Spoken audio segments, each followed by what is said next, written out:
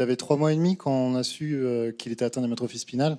Vous saviez ce que c'était? Comment vous... Non, pas du tout en fait. Il dit On quoi? va dire à ces 2 mois déjà, on voyait un petit enfant calme qui était avec nous, qui observait beaucoup, qui bougeait pas beaucoup, mais tout le monde nous dit c'est un petit enfant calme, vous inquiétez pas, il va prendre ses muscles un peu plus tard. Mais entre les 2 mois et 3 mois, en fait, on se pose quand même des questions. Donc, à un Parce moment que donné, pas les fameux réflexes qui n'arrivent pas. exactement, les réflexes moteurs, enfin les réflexes archaïques qui ne trouvaient pas.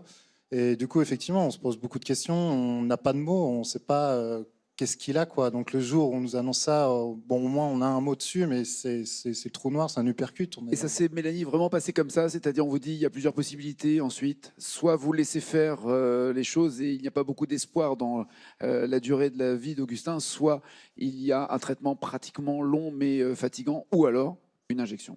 Oui, en fait, quand le diagnostic tombe, le médecin, enfin, en tout cas le neuropédiatre, nous annonce les choix qu'on a en tant que parents. Puisqu'en fait, on reste aussi, nous, décideurs de l'avenir qu'on souhaite pour l'enfant. Et dans ces cas-là, en fait, pour nous, ça paraissait impossible de le laisser partir. Impossible, on a envie de se battre. Donc aucune hésitation, l'injection c'était oui, et après on vit un autre rythme, l'attente de savoir quand ça va être possible, et ce n'est pas du jour au lendemain, c'est-à-dire qu'il y a même plusieurs coups de téléphone en disant non, c'est pas possible, pas cette fois. Alors en fait, nous, le contexte, c'est que la thérapie génique pour amyotrophie spinale n'était pas encore acceptée dans l'Union européenne. Donc on était dans le cadre du protocole d'études. On ne savait pas encore si on avait une place en fait dans l'étude. Le professeur Servet qui nous suivait a poussé un peu les portes pour qu'on ait accès assez rapidement. Et du coup, on est parti sur Liège pour avoir à partir sur les 3 premières semaines pour déterminer si oui ou non il pouvait avoir accès à la thérapie génique, parce qu'il y avait quelques tests à passer, notamment s'il avait pas trop d'anticorps qui auraient pu rejeter justement la thérapie génique, s'il y avait la déglutition qui était assez correcte, si la déglutition était trop difficile, c'était pas sûr. Continue d'être encore un souci. Qui continue à être un souci de plus en plus compliqué avant la thérapie. Voilà. Ouais, exactement.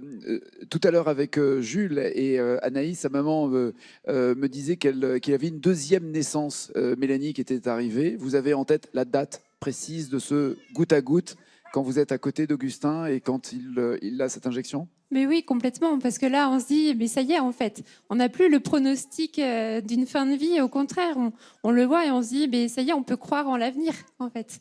Donc oui, pour nous, c'est vraiment une deuxième naissance. On a envie de le fêter beaucoup plus que sa naissance. Le 14 mai. Oui. De l'année dernière, c'est-à-dire que c'est extrêmement frais dans votre tête. Chaque goutte était synonyme d'une nouvelle vie. Mais oui, oui.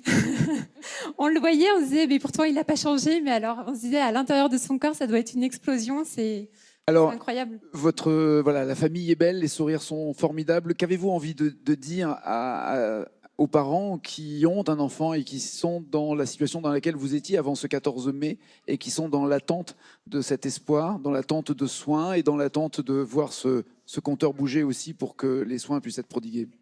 Ce qu'on a envie de leur dire, c'est de se faire confiance et de faire confiance dans la recherche aussi. Elle fait avancer beaucoup de situations, beaucoup de choses. Et franchement, enfin, voilà, on ne peut que les remercier quand ça nous arrive, en fait, d'avoir des solutions à ce qu'on vit. Guillaume? Nous, quand on nous a annoncé la maladie, on nous a annoncé tout de suite en fait compte plusieurs situations, donc le Spinraza ou la thérapie génique.